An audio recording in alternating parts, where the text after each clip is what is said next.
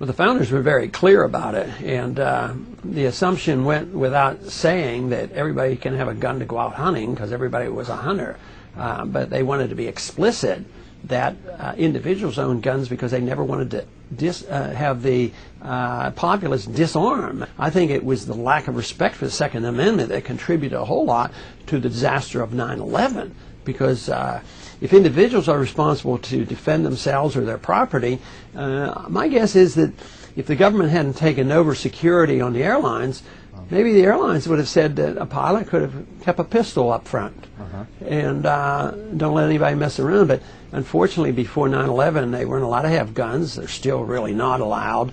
At the same time, the government told us not to resist. Right. So they did exactly the opposite. No wonder, well, this was an opening for people who wanted to do us harm. Well, policemen can't protect us. Just think about the inner city where the most violence are. That's where the strictest gun control is. So the people who really need protection aren't allowed to have guns. But if you're rich and you live in rural or suburban areas, guns are much more prevalent, and the policemen don't stand out there and protect you. Everybody knows there's a gun in that house, and they are protected. People, ultimate protection comes from the individual, and the founders knew this. They were very explicit.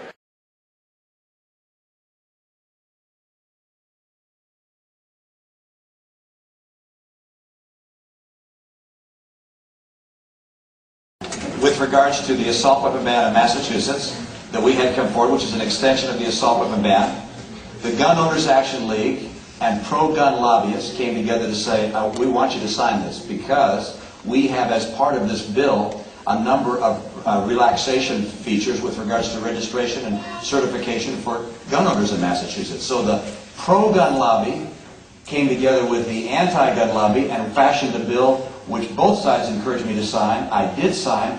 And by the way, at the signing ceremony, the head of the Gun Owners Action League was there encouraging that same bill. With regards to the Brady bill, I have long believed that we should do a background check on people who are buying a weapon to make sure they're not nuts or have criminal records. Would you agree with Thomas Jefferson that the strongest reason for the people to retain the right to keep and bear arms is as a last resort to protect themselves from tyranny and governments?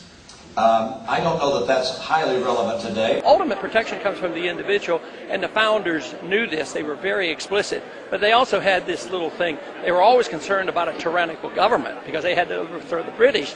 And quite frankly, they thought about, would the time ever come where American citizens would be rounded up and put into concentration camps? It would be good for them to have guns. Of course, we've had examples of that. In World War II, we've rounded up citizens, Japanese citizens.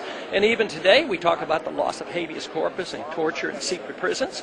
So probably the Second Amendment is more important today than ever. We do have tough gun laws in Massachusetts. I support them. I won't chip away at them. I believe they help protect us and provide for our safety. If we followed the Constitution, we wouldn't have a police state, and where we have over 100,000 federal officers, bureaucrats who carry guns. So I'd like to control their guns. But the guns should be with the people. The Second Amendment is very, very clear.